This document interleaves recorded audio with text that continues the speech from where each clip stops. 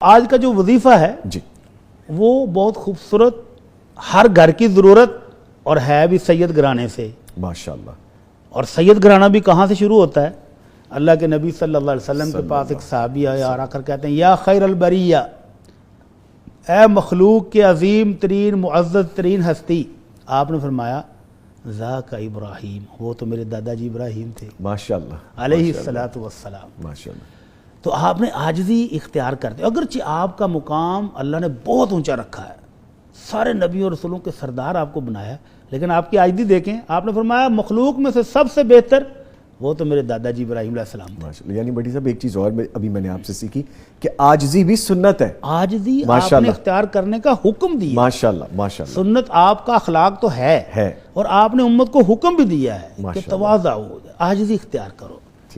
اور پھر ایک صحابی نے آ کر کہا اللہ کے رسول من اکرم الناس، لوگوں میں سے سب سے معزز کون ہے؟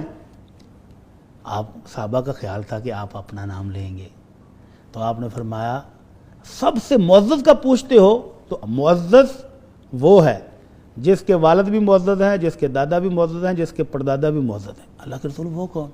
فرمایا یوسف علیہ السلام، خود بھی نبی ہیں، والد گرامی یعقوب علیہ السلام بھی نبی ہیں، دادا جی اسحاق علیہ السلام بھی نبی ہیں، اور پردادا جی ابراہیم علیہ السلام بھی نبی ہیں. تو یہ اس گھرانے کا جس کو اللہ کے رسول صلی اللہ علیہ وسلم نے معزز گھرانہ شمار کیا، اور وہ آپ کا اپنا گھرانہ ہے، کیونکہ ابراہیم علیہ السلام کے دوسرے بیٹے اسماعیل علیہ السلام کی اولاد سے آخری نبی صلی اللہ علیہ وسلم تشریف لائے. تو آپ نے